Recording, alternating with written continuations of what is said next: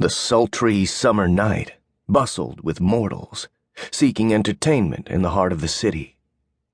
Listening to the sounds in the distance, Kade recognized a familiar jazz song being played by street performers. After the long flight to Philadelphia, he needed to stretch and gather his thoughts.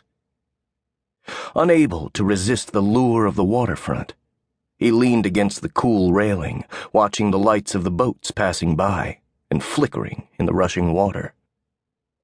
Sensing great evil on the horizon, he breathed deeply, letting the sight of the water soothe him. His cell phone buzzed. Glancing at the text, he swore. A dead body had been found near the airport. God damn it. He was too late. Kade waved to the waiting limo driver, gesturing that he needed to leave. Pivoting, he noticed an attractive woman sitting alone at the end of the dock, far away from the crowd.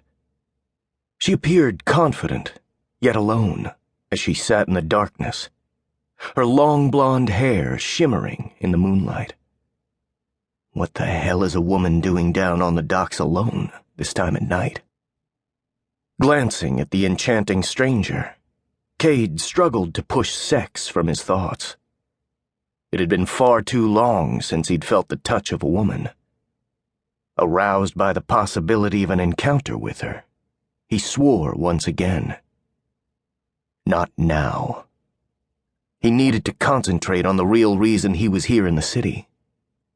Tristan, an old friend and alpha of the regional wolf pack, had called him in New Orleans nearly a week before, requesting his assistance.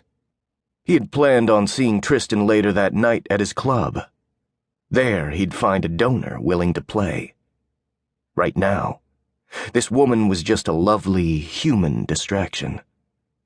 One who was naive to be sitting alone in the dark by the waterfront, yet he could not seem to tear his eyes off of her. The thought crossed his mind that maybe he should just have a sip of her sweet young blood before work. Her delicious scent registered in his brain, and his fangs began to elongate. Over the centuries, he'd been with plenty of women, but none held his heart. As for his thirst, there were many willing women who offered themselves to vampires these days. What was it about this alluring stranger that he found so intriguing? Perhaps it was the chase? Like a fox spotting a rabbit in the woods, he could not resist the temptation of the hunt. Slowly approaching her, he admired her long, curly blonde hair, wishing he could run his fingers through it. She was of average height, around 5'4", if he had to guess, with a strong, athletic build.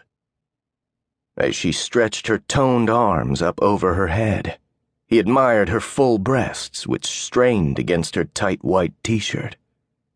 Her black spandex miniskirt accentuated her lithe, tanned legs.